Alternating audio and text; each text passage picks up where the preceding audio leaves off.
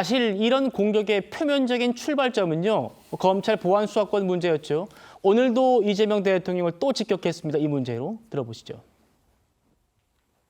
도저히 납득할 수 없는 상황에서 시간을 끌었고 형사소송법은 뭐 지방선거 끝나고 한다.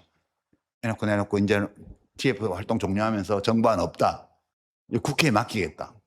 그래놓고 이제 소위 친명 자처하는 의원들이 이상한 입법안을 또 내고 저는 이제 그래서 이제는 이것은 대통령의 판단이라고 봐야 될 때가 됐다. 달리 설명할 수가 없잖아요. 이걸 어떻게 대통령 모르게 또는 대통령의 의사에 반해서 이 모든 일이 일어날 수 있어요. 저는 지금까지 법무장관의 행태, 그다음에 일체 나서지 않는 행안부 장관의 태도, 이 모든 것들이 다 대통령이 수사기소의 완전한 분리에 반대하기 때문에 생긴 일이라고 저는 판단할 수밖에 없었어요.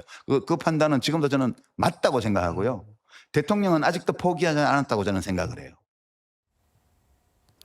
대통령은 수사 기소 완전 분리 반대하는 거 아직도 포기 안 했다라는 얘기를 했는데 여 대변인님 오늘 민주당이 완전 폐지를 당론으로 하겠다고 지금 얘기를 했잖아요. 그러다 보니까 뭐 일각에서는 또 유시민이 역시 이겼다, 유시민이 역시 맞았다, 뭐 이런 얘기까지 나오나 봅니다.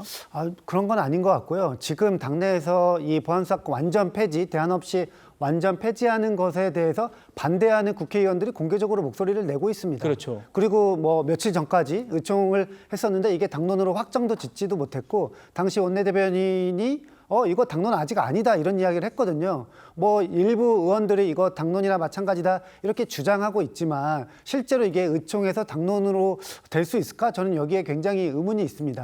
실제로 저는 지금 정부도 뭐 유시민 작가는 대통령이 수사 기소 분리 원하지 않는다 이렇게 이야기하고 있지만 거기에 대해서도 저는 좀 공감하지 않는 게 검찰청 없어지잖아요. 수사 지휘권, 수사 개시권 검사한테 이제 다 없지 않습니까? 그럼에도 불구하고 왜 유시민 작가 그리고 또 일부 검찰개혁을 주장하는 분들이 그렇게 주장을 하는지 저는 도대체 이해가 되지 않습니다. 지금 국민들이 걱정하는 건 그리고 국민들이 검찰개혁에 힘을 줬던 이유도 어쨌든 부당한 피해자, 그게 정치인이었지만 부당한 피해자가 나왔기 때문에 검찰개혁 한번 해봐라 이거였습니다. 근데 지금 장윤기 사건 이후로 아니 검찰 수사권, 보안 수사권 뭐 이런 것도 다 없어지고 어쨌든 지금 민주당이 하겠다는 방식대로 하면은 무고한 국민들의 피해가 생기네.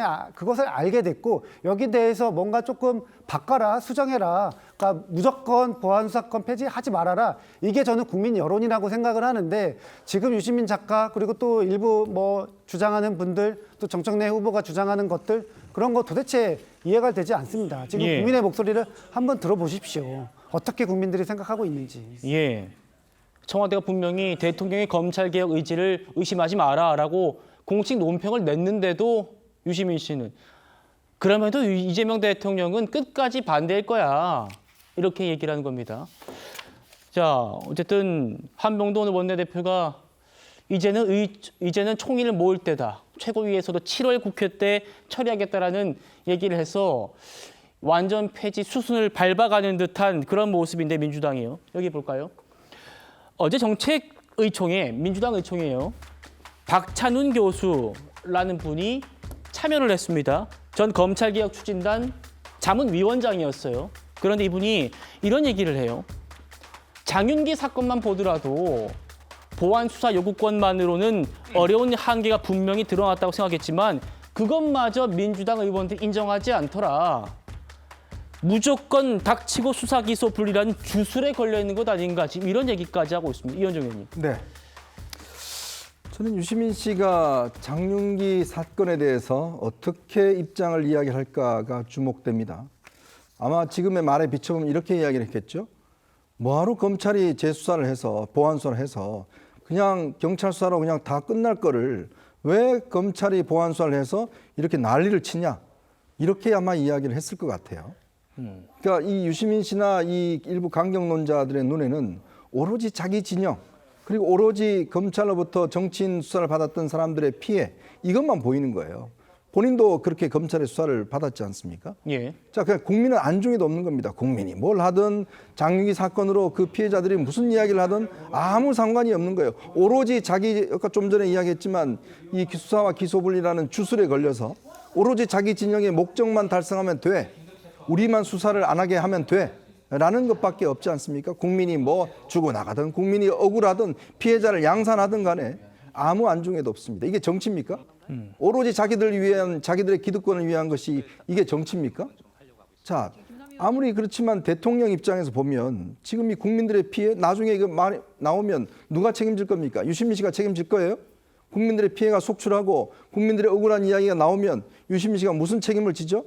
그땐 또 어디 가서 또 다른 유튜브를 하겠죠. 책임 없습니다. 그러나 대통령과 여당은 책임을 져야 돼요.